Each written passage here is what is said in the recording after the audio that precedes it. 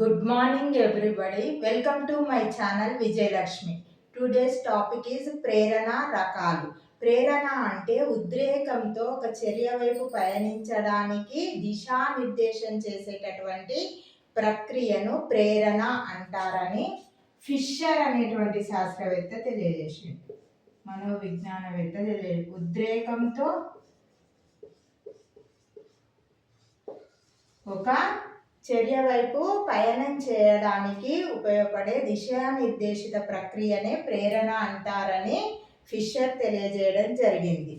Next, లక్ష్య సాధనకు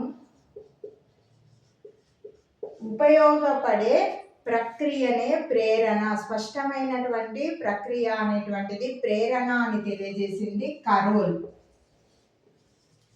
నిర్దిష్టమైనటువంటి గమ్యమును సాధించడానికి ఏర్పడ్డటువంటి చర్యనే ప్రక్రియనే ప్రేరణ అని తెలియజేసింది కోల్మెన్. ఒక లక్ష్యం వైపు, ఒక పని వైపు పయనించడానికి, ప్రారంభించడానికి మరియు దానిని కొనసాగించడానికి ఉపయోగపడేటటువంటి ప్రక్రియనే ప్రేరణ అని తెలియజేసింది గిల్ఫర్డ్. ఒక పనిని ప్రారంభించడానికి, దాన్ని కొనసాగించడానికి ఉపయోగపడేటటువంటి ప్రక్రియనే ప్రేరణ అని తెలియజేసింది గిల్ఫర్డ్. తర్వాత ప్రేరణను 3 రకాలుగా విభజించారు. 1 బహిర్గత ప్రేరణ,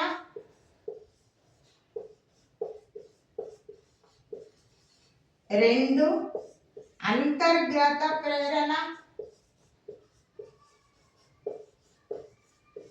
3 సాధన ప్రేరణ.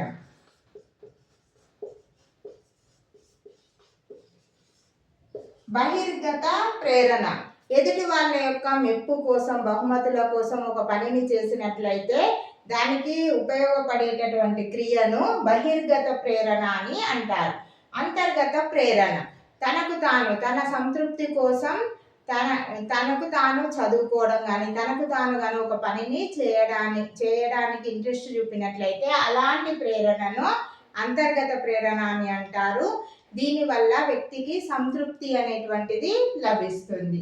సాధన ప్రేరణ ఇది ఎట్లా కలుగుతుంది అంటే ఇతరులు చేరినటువంటి ఉన్నత స్థానాలను చూసి తనకు కూడా అలాంటి ఉన్నత స్థానాన్ని చేరాలనేటువంటి ఆకాంక్షతోని కలిగేటటువంటి ప్రేరణ సాధన ప్రేరణ.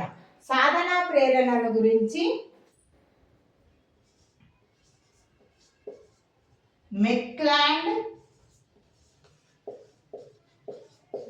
ఆట్కిన్సన్ అనే మనోవిజ్ఞానవేత్తలు అనేకమైనటువంటి పరిశోధనలు జరిపి సాధన ప్రేరణ సిద్ధాంతాన్ని కనుగొనడం అనేటువంటిది జరిగింది. అయితే ఈనాడు నేను ఏ స్థితిలో ఉన్నాననేది నిన్ననే నేను నిర్ణయించుకొని రేపటి కోసం కృషి చేయడం వల్లనే నేను ఈనాడు ఈ స్థితిలో ఉన్నానని చెప్పడం జరిగింది మెక్ ఐవర్ అనేటువంటి విజ్ఞానవేత్త. ఈనాడు నేనున్నటువంటి స్థితికి కారణం రేపు నేను ఏమి కావాలో నిన్ననే నిర్ణయించుకొని ఉండడం అని చెప్పిండు. ఈ కొటేషన్ అనేటువంటిది సాధన ప్రేరణకు సరిపోతుందని అతడు తెలియజేయడం అనేటువంటిది జరిగింది. అయితే ఒక వ్యక్తి ఒక లక్ష్యాన్ని సాధించిన తర్వాత దాని యొక్క ఫలితాలను బట్టి మళ్ళీ లక్ష్యాలను ఏర్పరచుకొని అవి సాధించడానికి ఈ సాధన ప్రేరణ అనేటువంటిది ఉపయోగపడుతుందని తెలియజేయడం అనేటువంటిది జరిగింది.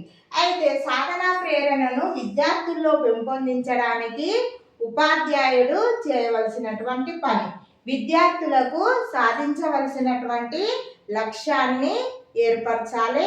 తర్వాత వాళ్ళు సాధించేటటువంటి సామర్థ్యాలను వాళ్ళలో గుర్తించాలి. తర్వాత సంఘంలో ఒక్కొక్క అంశాన్ని విద్యార్థి పరిష్కరించుకునేటట్లుగా, లక్ష్యాన్ని సాధించేటట్లుగా మార్గదర్శకత్వం ఉపాధ్యాయుడు వహించాలి.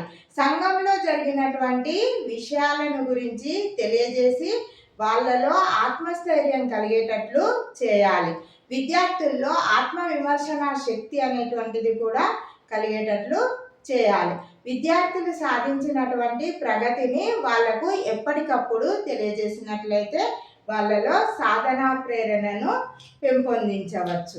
నా వీడియో కనుక నచ్చినట్లయితే లైక్ చేయండి, షేర్ చేయండి, నా ఛానల్ని సబ్స్క్రైబ్ చేసుకోండి. బెల్ ఐకాన్ను ప్రెస్ చేసినట్లయితే ఎప్పటికప్పుడు నా వీడియోలు మీకు అందే అవకాశం ఉంటుంది. Thank you for watching.